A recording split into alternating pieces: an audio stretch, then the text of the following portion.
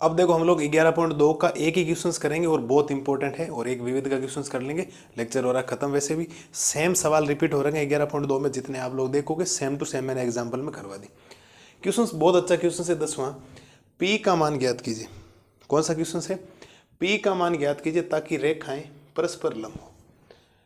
दो रेखाएं लंबवत कब होती है? जब a1 a2 plus b1 b2 plus c1 c2 बराबर 0 हो। और दो रेखाएं समांतर कब होती है? जब a1 अपॉन a2 बराबर b1 अपॉन b2 बराबर c1 अपॉन c2। ये हम लोगों ने पढ़ रखा। ध्यान दीजिए साहब। लेकिन आपको एक बात बताता हूं, रेखाओं का मानक रूप ये नहीं होता। किसी रेखा का मानक रूप अगर हम लोग इस रेखा को लिखें ना, तो देखो 1 माइनस एक्स बटा में 3, 7y माइनस 14 बटा में 2p।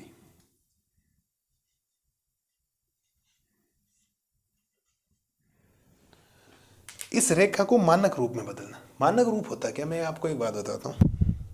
किसी भी रेखा का जो मानक रूप होता है वो कुछ इस प्रकार का होता है, x minus x one upon a, y minus y one upon b, z minus z one upon सी।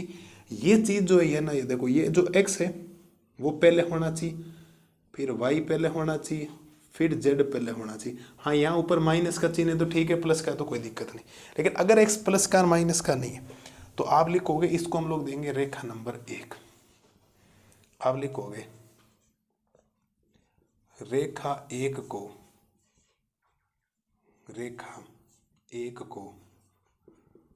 मानक रूप में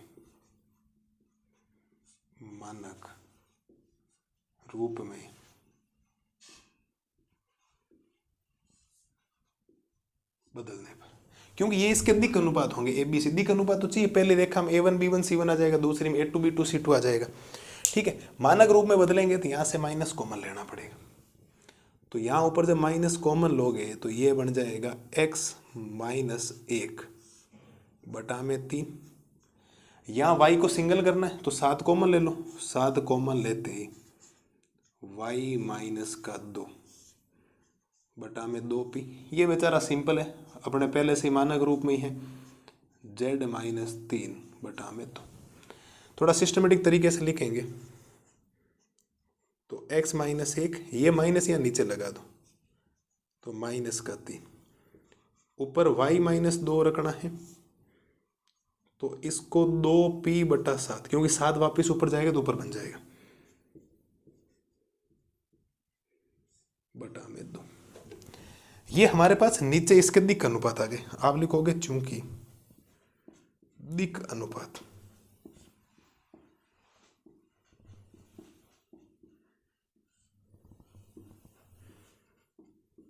a1 का मान माइनस 3, b1 का मान 2p प्लस 2p बटा 7 और c1 का मान 2।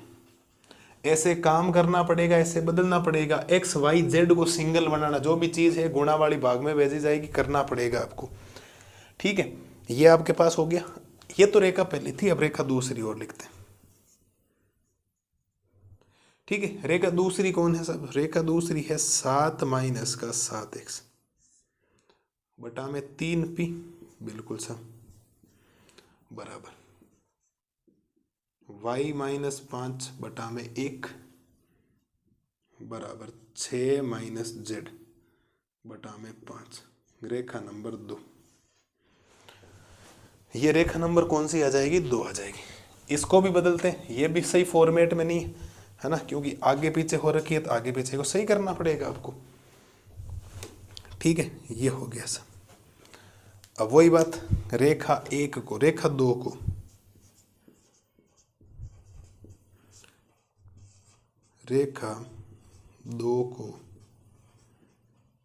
मानक रूप में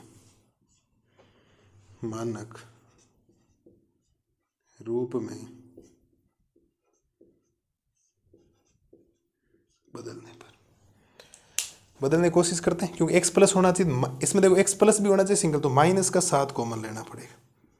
माइनस का 7 कॉमन लेते ही x माइनस 1 बदल जाएगा।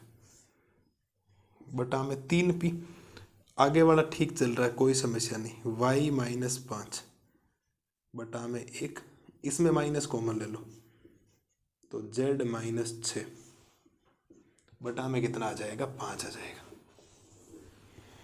ठीक है, तो यहां से ये बन जाएगा x माइनस 1 बटा में 3p बटा माइनस 7, ये माइनस 7 बटा में आ गया, वापस ऊपर जाना सेम चीज बन सकती बराबर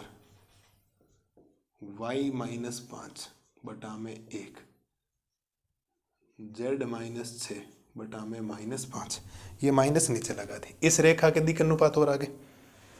ठीक है, हम लोग लिखेंगे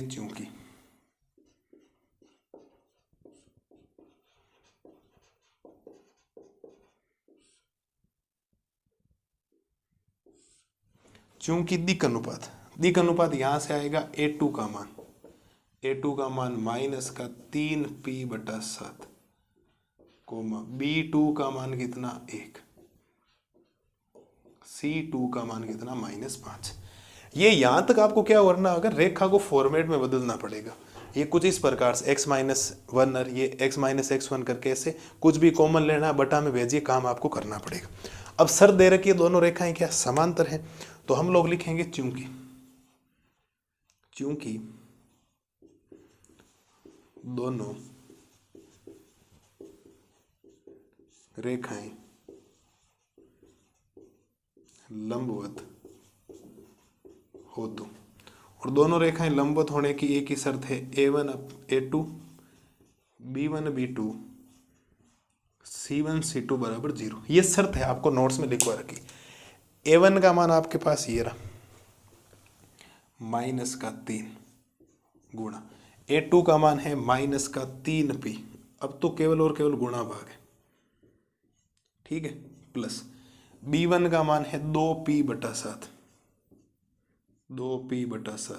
गुणा b2 का मान है 1, c1 का मान है 2, c2 का मान है माइनस 5 बराबर 0। माइनस माइनस प्लस हो गया तो ये बन गया 9p बटा में 7, ये बन जाएगा 2p बटा में 7, ये माइनस का 10 बराबर 0। यहाँ से अगर इन दोनों का 2 का एलसीएम ये साथ लूँ तो ये बन जाएगा 9p प्लस का 2p और माइनस का 10 उधर जाएगा प्लस का 10, ये वज्र गुणा होगा तो 11p बराबर 10 गुणा 7, तो 11p बराबर 70, p का मान 70 बटा 11। हाँ जी साहब, p का मान कितना 70 बटा 11, यही तो पूछा गया था आपसे और क्या।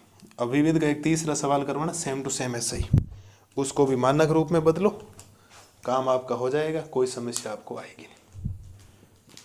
बोलो सर, या वो होमवर्क में कर लेना आप लोग। चलो, विविध का तीसरा सवाल आपको होमवर्क में करना, आप लोग कर लेंगे मुझे पता है, और ये कर लो और हम कर रहे हैं आपका लेक्चर खत्म। करिए साहब, फटाफट स्क्रीनशॉट ले लीजिए।